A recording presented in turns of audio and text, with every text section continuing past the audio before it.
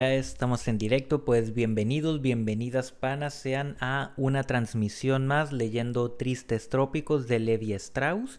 Si esa es la primera vez que llegas a este canal, aquí abajito en la descripción te voy a dejar la playlist hacia pues todas las narraciones que hemos hecho en este libro para que no te lo pierdas, así como a las narraciones de todos los libros que hemos tenido aquí en el canal, así que hay bastante contenido para entretenerte un buen rato. Y también comentarles que este video está siendo patrocinado por mí. Si te gustaría ser patrocinador de este maravilloso canal, imagínate aquí abajito o aquí arriba, tú decides, un banner promoviéndote. Promoción de lo que tú quieras. Bueno, ahí se puede platicar, ¿no? Pero pues bueno, sin más preámbulo, vamos a comenzar con este libro porque luego ya saben que tenemos a personas como esta Beatriz que no les gusta tanto el preámbulo y ya le quitamos un minuto de su vida. Así que, capítulo 16. Mercados. Sin proponérmelo, una especie de traveling mental me condujo del Brasil central al Asia del Sur, de las tierras recién descubiertas a aquellas donde la civilización se manifestó antes que ninguna otra, de las más vacías a las más llenas.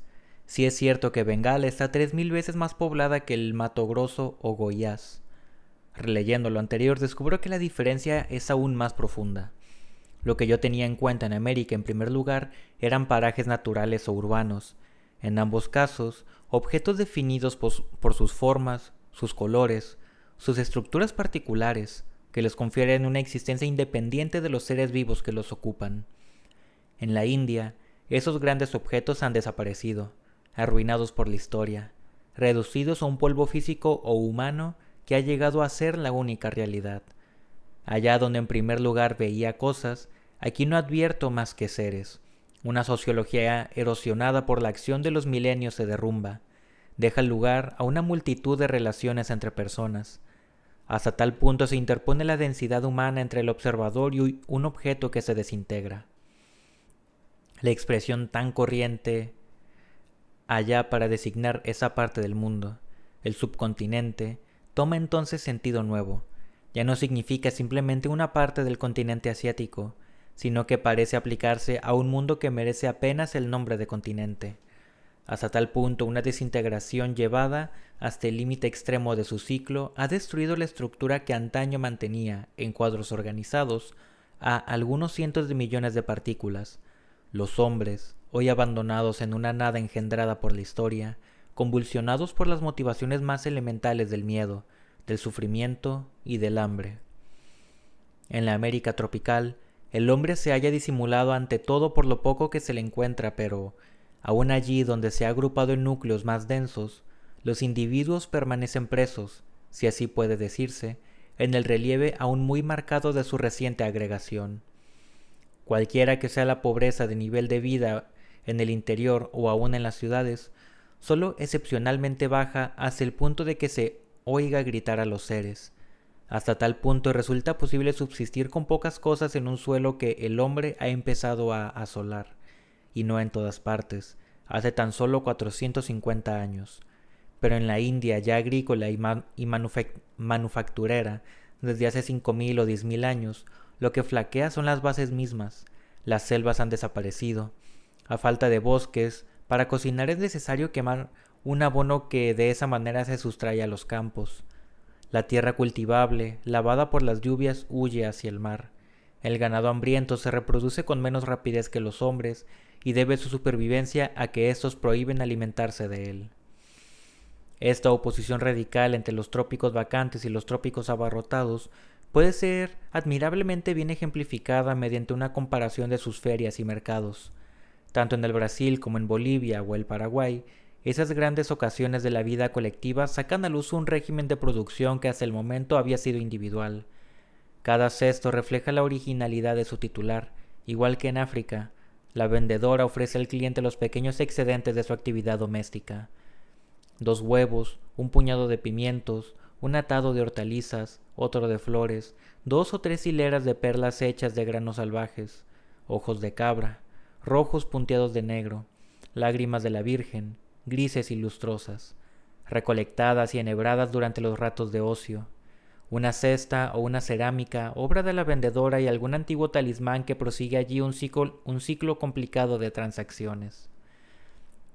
Esos escaparates de muñeca, que son humildes obras de arte, expresan una diversidad de gustos y actividades, un equilibrio específico que atestiguan en favor de la libertad preservada por todos, y cuando interpelan al transeúnte, no es para estremecerlo con el espectáculo de un cuerpo esquelético o mutilado, para implorarle que salve a alguien de la muerte, sino para invitarlo a tomar a borboleta, sacar la mariposa, o cualquier otro animal, en esa lotería llamada del bicho, juego del animal, donde los números se combinan con las imágenes de un gracioso bestiario.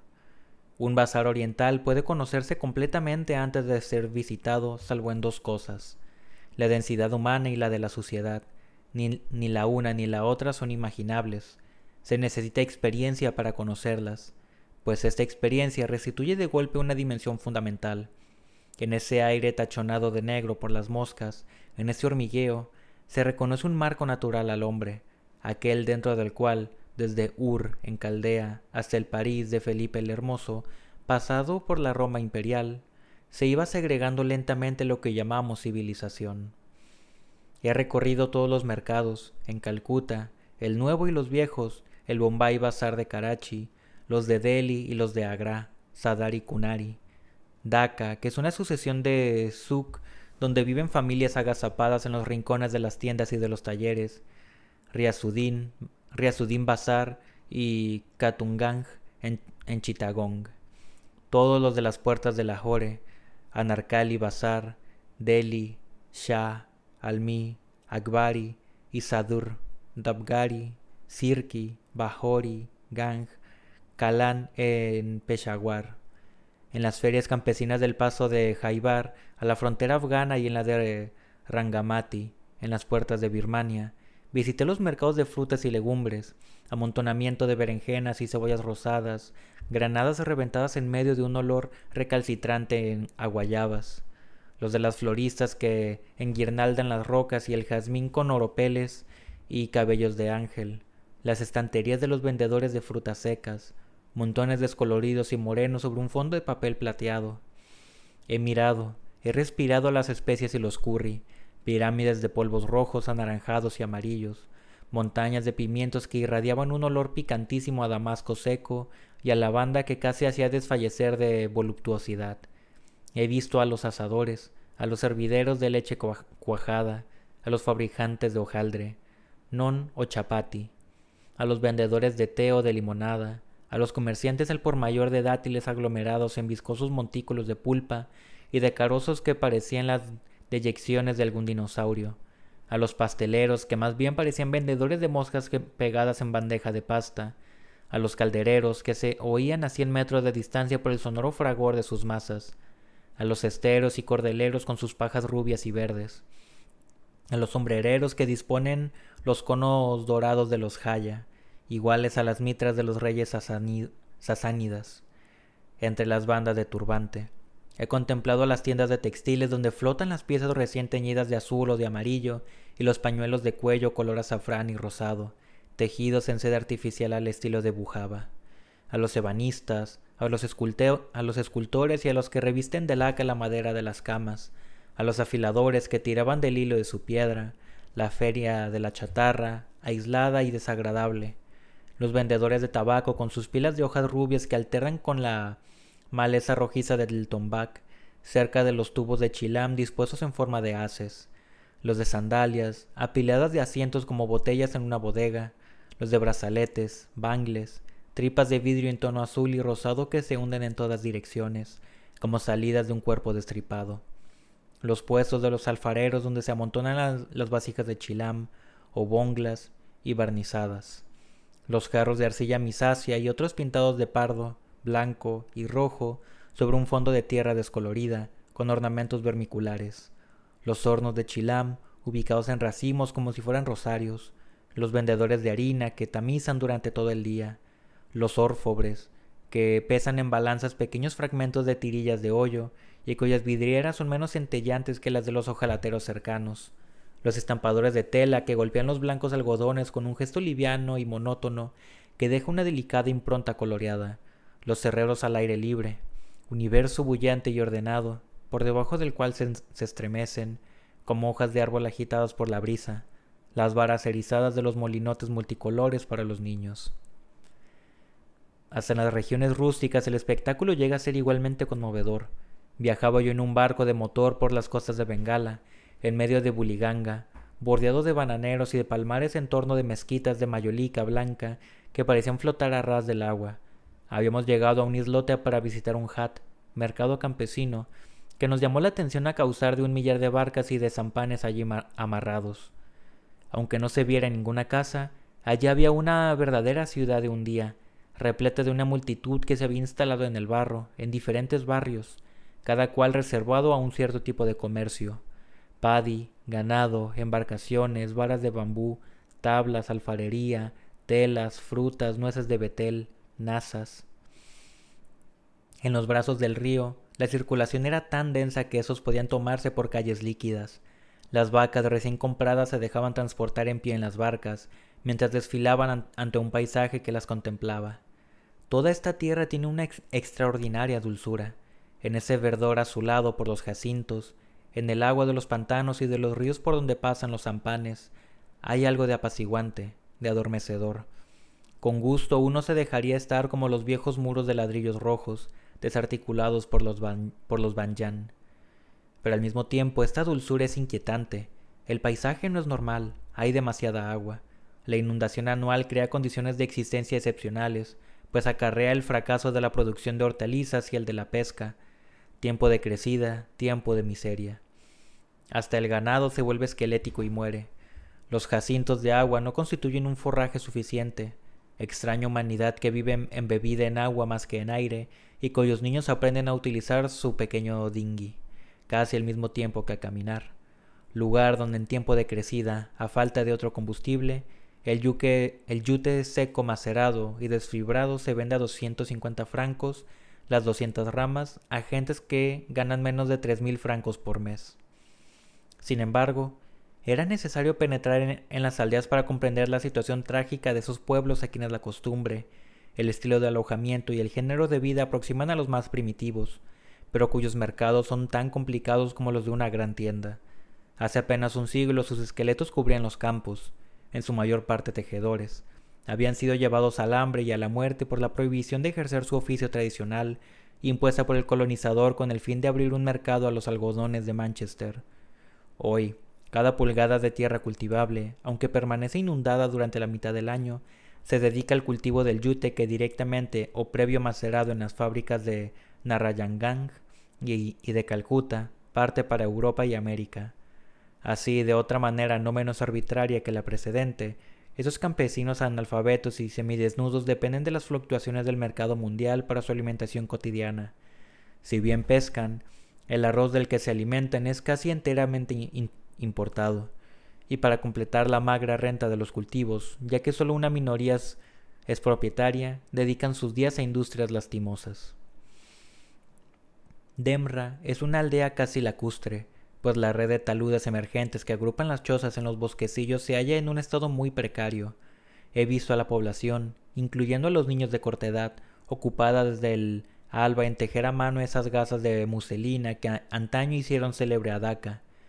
Un poco más lejos, en Langalbund, toda una comarca se dedica a la fabricación de botones de nácar del tipo que se utiliza para nuestras prendas interiores masculinas. Una casta de bateleros, el Vijaya o Badía, que viven permanentemente en la cabina de paja de sus sampanes, recoge y vende los mejillones fluviales de los que se saca el nácar. Los montones de conchillas barrosas dan a las aldeas la apariencia de placers. Una vez limpiadas en un baño ácido, las conchillas se fragmentan a martillazos y luego se redondean en una muela de mano.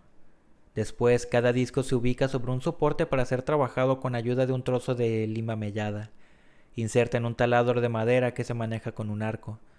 Finalmente, un instrumento análogo, pero puntiagudo, sirve para perforar 4 agujeros. Los niños cosen los botones terminados por docenas, en tarjetas recubiertas de una hojita brillante con los que presentan nuestras mercerías de provincia.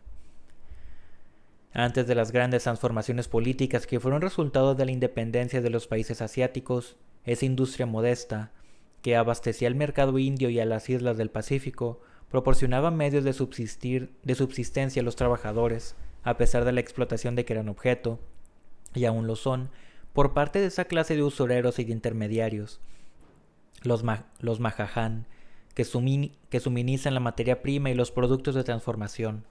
El precio de estos últimos aumentó 5 o 6 veces, mientras que por cierre de mercado la producción regional cayó de 60.000 gruesos por semana a menos de 50.000 por mes.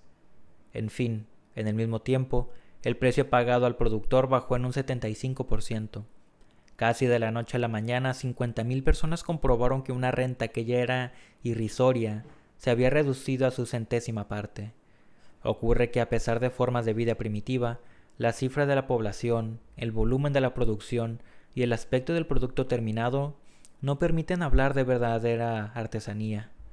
En la América tropical, Brasil, Bolivia o México, el término vale, ya se lo aplica al trabajo del metal, del vidrio, de la lana, del algodón o de la paja. La materia prima es de origen local, las técnicas son tradicionales y las condiciones de producción domésticas. La utilización y la forma están, en primer lugar, condicionados por los gustos, las costumbres y las necesidades de los productores. Aquí, en poblaciones medievales, son precipitadas en plena era manufacturera y echadas como pienso al mercado mundial. Desde el punto de partida hasta la llegada, viven bajo un régimen de alienación. La materia prima les es extraña del todo a los tejedores de Demra, que emplean hilos importados de Inglaterra o de Italia, y parcialmente a los jornaleros de Langalbund, cuyas conchillas tienen un origen local, pero no así los productos químicos, los cartones y las hojas metálicas indispensables para su industria. Y en todas partes, la producción es concebida according to foreign standards. Como esos desgraciados apenas tienen medios para vestirse, menos aún los tendrán para abotonarse.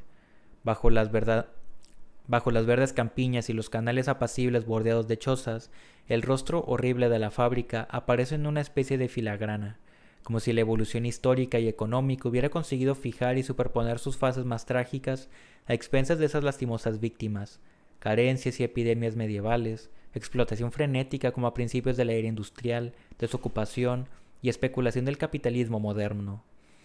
Los siglos XIV, XVIII y XX se dieron cita aquí para transformar en burla el idilio cuyo decorado es protegido por la naturaleza tropical. En esas regiones donde la densidad de población sobrepasa a veces los 1.000 individuos por kilómetro cuadrado, he apreciado plenamente el valor del privilegio histórico, todavía patrimonio de América tropical, y hasta cierto punto de toda América, de haber permanecido absoluta o relativamente sin hombres.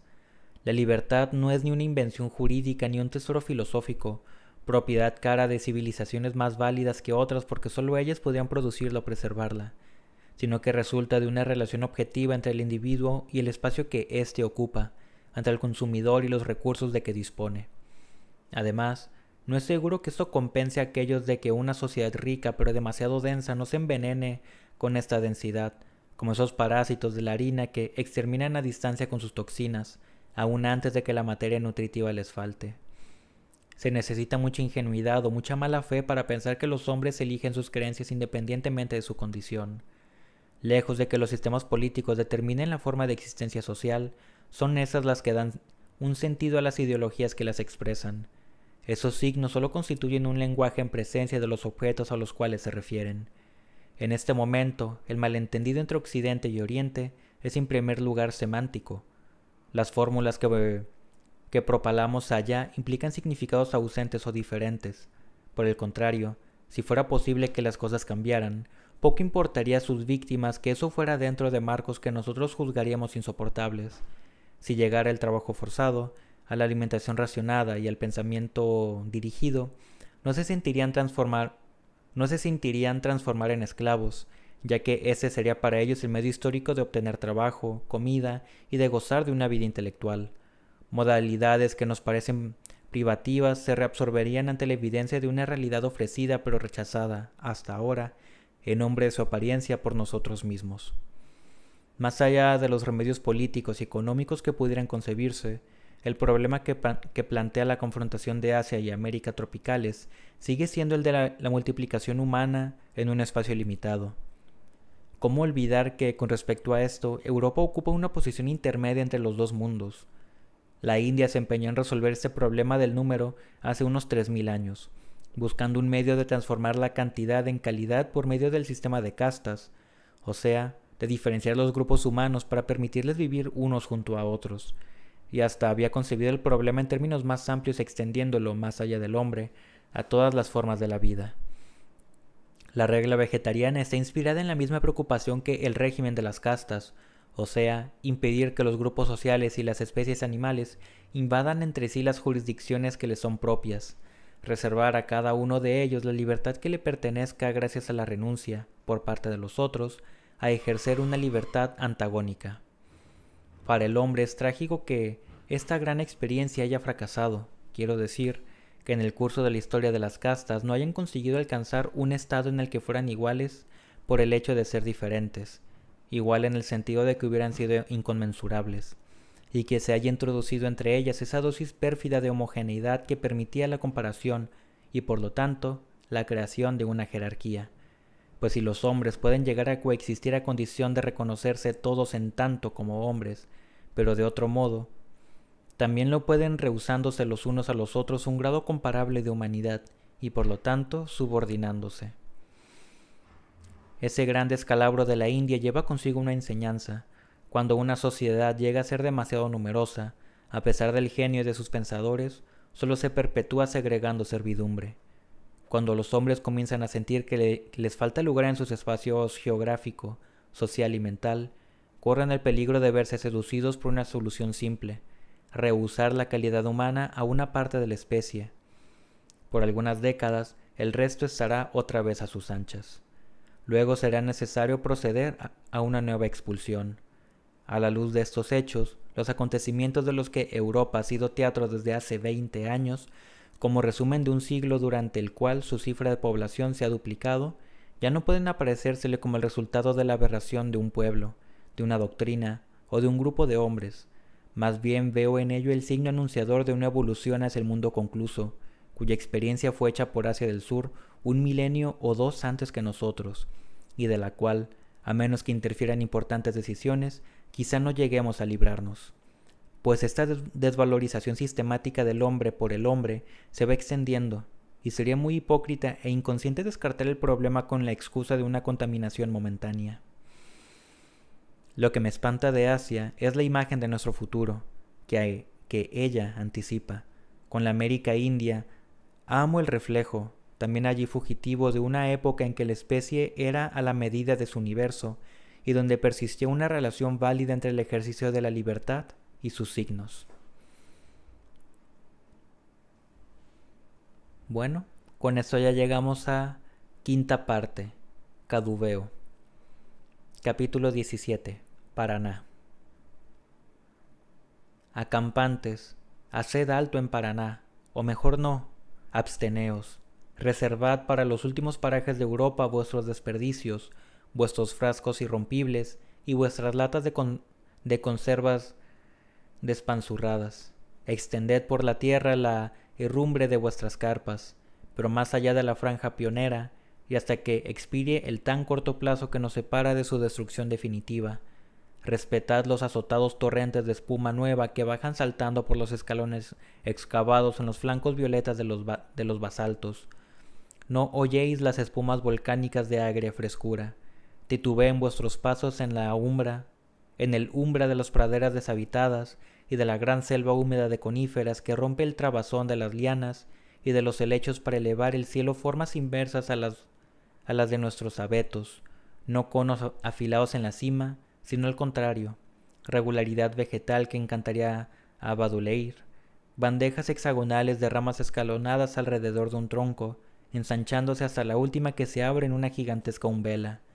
Virgen y solemne paisaje que parece haber preservado intacto durante millones de siglos el rostro del carbonífero, y al que la altura, unida al alejamiento del trópico, libra de la confusión amazónica para prestarle una majestad a una disposición inexplicables, a menos que se vea allí el efecto de un desgaste inmemorial, hecho por una raza más sabia y poderosa que la nuestra, a cuya desaparición debemos el poder, penetrar en ese parque sublime, hoy caído en silencio y al abandono. En esas tierras que dominan las dos riberas del río Tibagi, a unos 1000 metros sobre el nivel del mar, tuve mi primer contacto con los salvajes, cuando acompañaba en su gira a un jefe de distrito del Servicio de Protección de los Indios. En la época del descubrimiento, toda la zona sur de Brasil era el hábitat de grupos emparentados por la lengua y la cultura, que se clasifican bajo el nombre de Gue. Al parecer habían sido rechazados por invasores recientes de lengua tupí que ocupaban ya toda la banda costera y contra los cuales luchaban. Los Gue del sur de Brasil, protegidos por su replegamiento a regiones de difícil acceso, sobrevivieron durante algunos siglos a los tupíes, que fueron rápidamente liquidados por los colonizadores.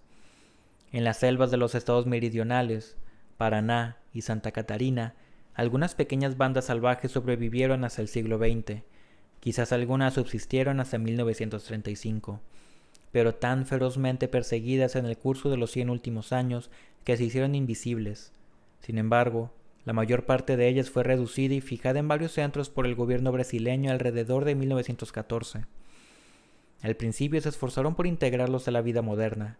En la aldea de São Jerônimo, que se servía de base, había una cerrajería, un aserradero, una escuela y una farmacia.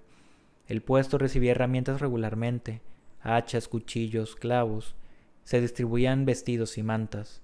20 años más tarde, esas tentativas se abandonaron, dejando a los indios librados a sus propios recursos.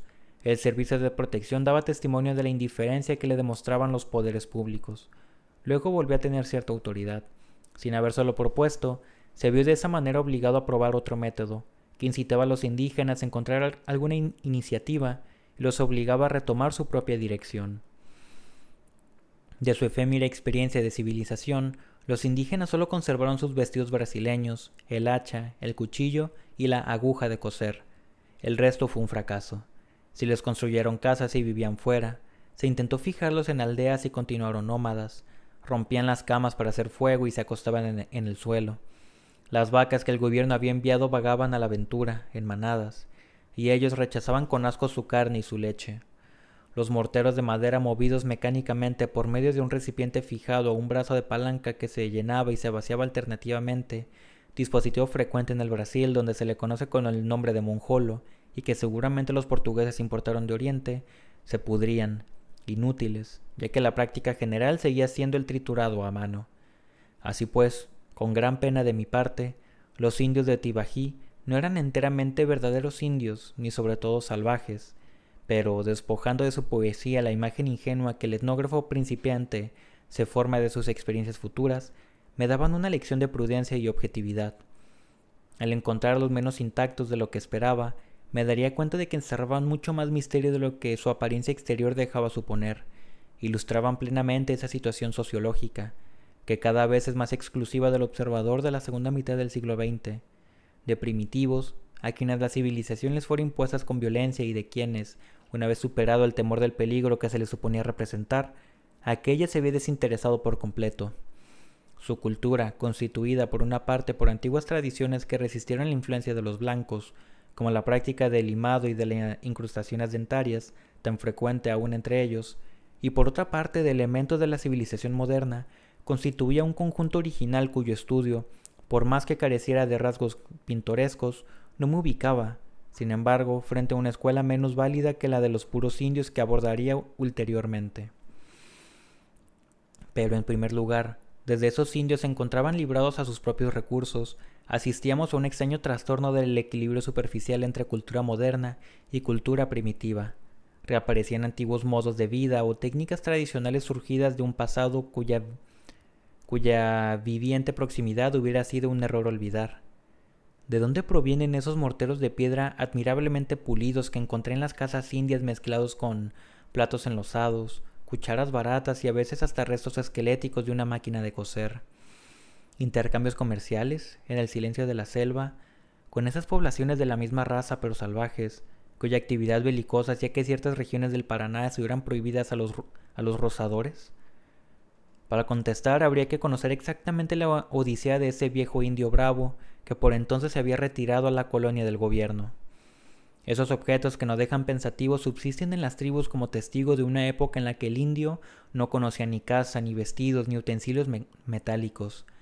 Y en los recuerdos semiconscientes de los hombres también se conservan las viejas técnicas. Antes que los fósforos, muy conocidos pero caros y difíciles de obtener, el indio sigue prefiriendo la rotación o la fricción de dos pedazos de delicada madera de palmito. Y los vetustos fusiles y pistolas que antaño distribuyera el gobierno se encuentran muy a menudo colgados en la casa abandonada, mientras que el hombre caza en plena selva con arcos y flechas, con una técnica tan segura como la de los pueblos que jamás han visto un arma de fuego.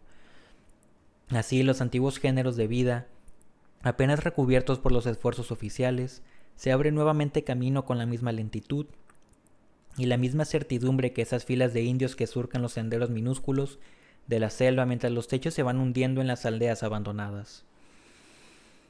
Durante unos 15 días viajamos a caballo por imperceptibles huellas a través de extensiones de selva tan vastas que a menudo marchábamos hasta muy entrada la noche para alcanzar la choza donde haríamos etapa. Como los caballos llegaban a ubicar sus cascos a pesar de la oscuridad que una vegetación cerrada a 30 metros por sobre nuestras cabezas hacía impenetrable, no lo sé. Solo recuerdo las horas de marcha sacudida por el paso de nuestras cabalgaduras. Por momentos, al descender un talud abrupto, estas nos precipitaban hacia adelante de la manera que para evitar la caída la mano debía estar atenta a aferrarse al alto arzón de las sillas paisanas. Por la frescura que venía del suelo y por el chapoteo sonoro adivinábamos que pasábamos un vado. Luego, como volcando la balanza, el caballo trepa trastabillando el ribazo opuesto y parece que con sus movimientos desordenados y poco comprensibles en medio de la noche quisiera desembarcarse de silla y jinete. Una vez restablecido el equilibrio, solo hay que permanecer despierto para no perder el beneficio de esa presciencia singular que, por lo menos la mitad de las veces, no permite bajar la cabeza para evitar a tiempo el azote de una invisible rama baja. Pronto, un sonido se precisa a lo lejos, no ya el rugido del jaguar que por un instante habíamos oído en el crepúsculo. Esta vez es un perro que ladra. El descanso está cerca. Unos minutos más tarde nuestro guía cambia de dirección. Penetramos tras él en un pequeño apartadero donde vallas de troncos aserrados delimitan una manga. Frente a una choza de palmeras separadas y coronadas por un techado de paja, se agitan dos formas vestidas con liviano algodón blanco. Nuestros hospedadores, el marido frecuentemente de origen portugués, la mujer india. El resplandor de una mecha empapada en querosén. El inventario se puede hacer rápidamente. Suelo de tierra pisonada, una mesa, un jergón sobre tablas, algunas cajas que sirven de asientos, y en el fogón de arcilla seca, una batería de cocina compuesta por tachos y latas de conserva restauradas. Se apresuran a atender las hamacas, pasando las cuerdas por los intersticios de las paredes. A veces nos vamos a dormir afuera, al paiol, cobertizo bajo el cual se apila la cosecha de maíz al abrigo de la lluvia. Por sorprendente que parezca, un montón de espigas secas aún provisas de sus hojas proporciona un lecho confortable. Tras esos cuerpos de oblongos se encajan unos en otros y el conjunto se adapta a la forma del durmiente. El fino olor herboso y azucarado del maíz seco es maravillosamente sedante. El frío y la humedad, sin embargo, nos despiertan al amanecer. Una bruma lechosa sube del claro. Entramos rápidamente en la choza, donde el hogar brilla en el perpetuo claroscuro de esa habitación sin ventana, cuyas paredes son más bien tapias agujeradas. La patrona prepara el café, tostado hasta el negro brillante sobre un fondo de azúcar y una pípoca, granos de maíz reventados en copos con lonjitas de tocino. Se reúnen los caballos, se los ensilla y partimos. En pocos instantes la selva chorreante se vuelve a cerrar en torno de la choza olvidada. La reserva de Sao Jerónimo se extiende sobre unas 100 hectáreas pobladas por 450 indígenas que se agrupan en 5 o 6 caseríos. Antes de la partida, las estadísticas del lugar me habían permitido medir los estragos causados por la malaria, la tuberculosis y el alcoholismo. Después de 10 años, el total de nacimientos no había superado los 170, mientras que tan solo la mortalidad infantil alcanzaba a 140 individuos. Visitamos las casas de madera construidas por el gobierno federal. Se agrupaban en aldeas de 5 a 10 hogares.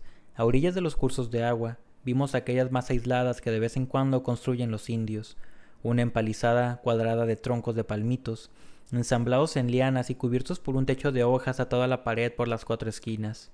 Finalmente penetramos bajo estos cobertizos de ramas donde a veces vive una familia, al lado de la casa inutilizada.